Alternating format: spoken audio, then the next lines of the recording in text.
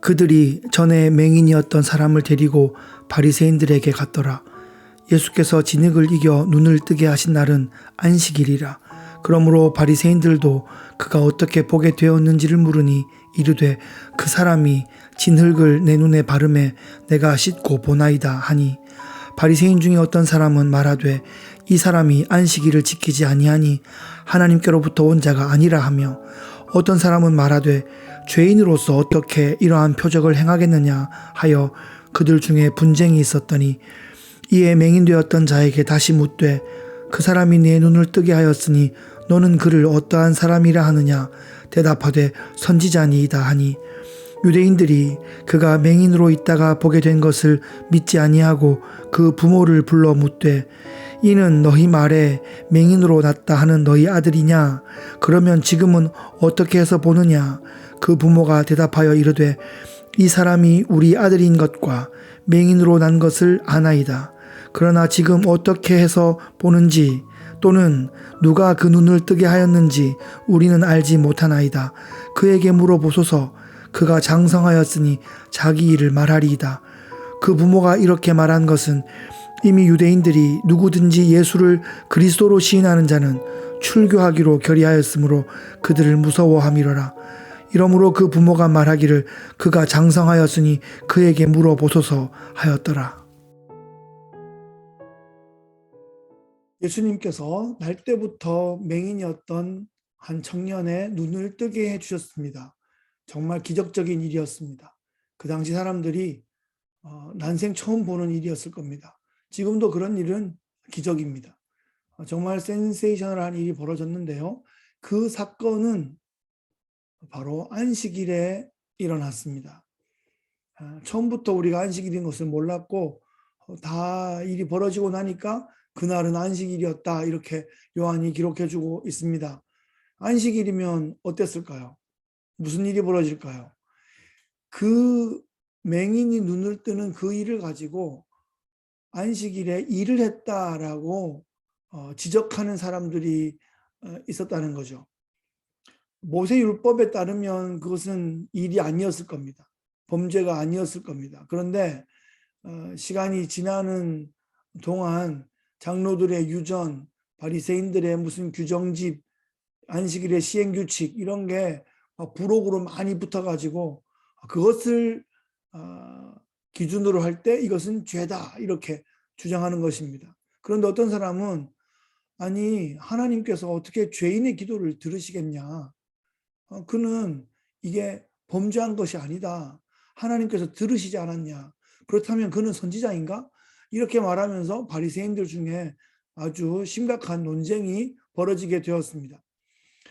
예수님은 정말 율법을 어기신 적이 없습니다. 정말 바리새인들은 답답하고 꽉 막힌 집단입니다. 우리가 바리새인들을 막 지적만 할 것이 아니라 우리가 이러고 있지는 않은지를 한번 돌아봐야 합니다. 우리가 교회를 섬기면서 당회를 하고 재직회를 하고 공동의회를 하고 또 상회 기관으로 노회가 모이고 총회가 모일 때 우리가 이렇게 성경을 벗어나는 성경을 초월하는 그런 여러 가지 세부 시행 규칙을 가지고 하나님의 뜻을 가로막고 거스르고 있었던 적은 없는지 우리가 한번 살펴봐야 합니다. 바리새인들은 우리의 반면교사, 아니 우리의 거울입니다. 바리새인들이 등장할 때마다 우리의 모습이 저기 비친다 생각하고 자세히 들여다볼 수 있어야 우리의 삶의 여러 가지 그런 문제들이 이렇게 또 해결되고 회복되고 치유될 수 있을 것입니다.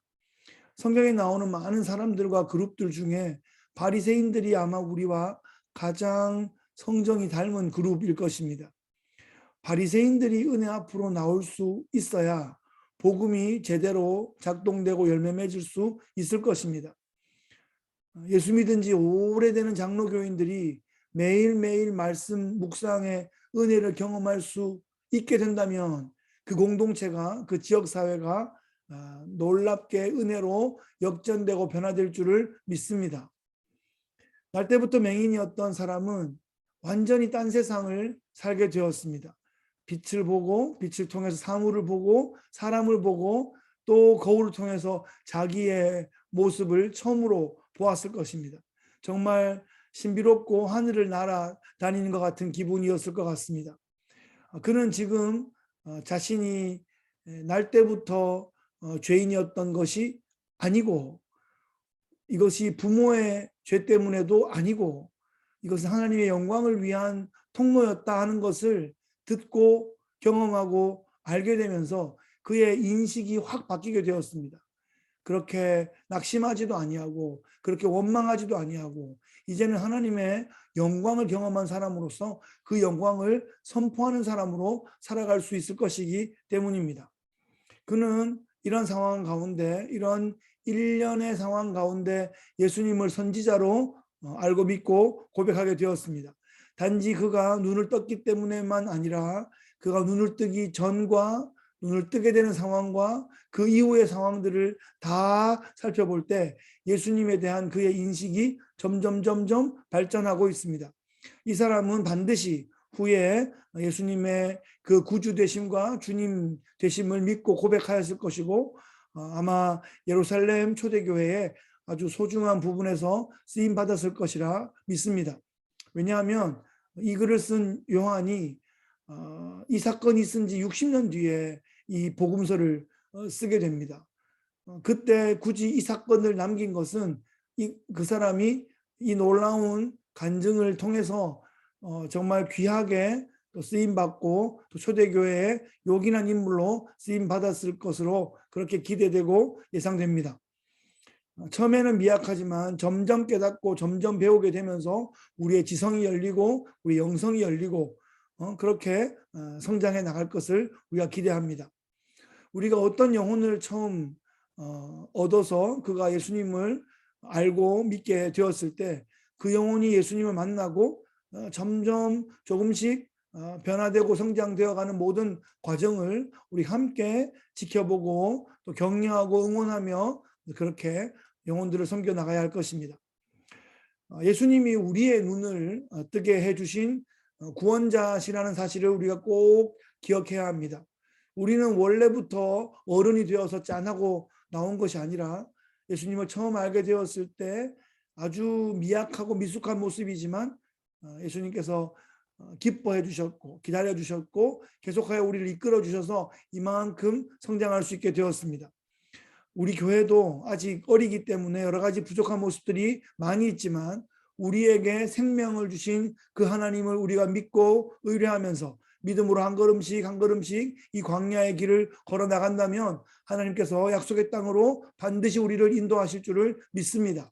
그렇게 성숙된 후에라야 그 약속의 땅에서 하나님께서 우리에게 약속하신 그 정복과 또 적과 꿀이 흐르는 놀라운 하나님의 축복을 충분하게 경험할 수 있게 될 것입니다. 우리의 마음이 열리고 우리 앞에 시온의 대로가 활짝 열리게 될 것입니다. 오늘도 하나님의 나라를 향한 그 놀라운 그 시온의 대로가 힘차게 펼쳐지고 또 그 길로 아주 멋지게 드라이브 해 나가시기를 예수 그리스도의 귀하신 이름으로 축복합니다.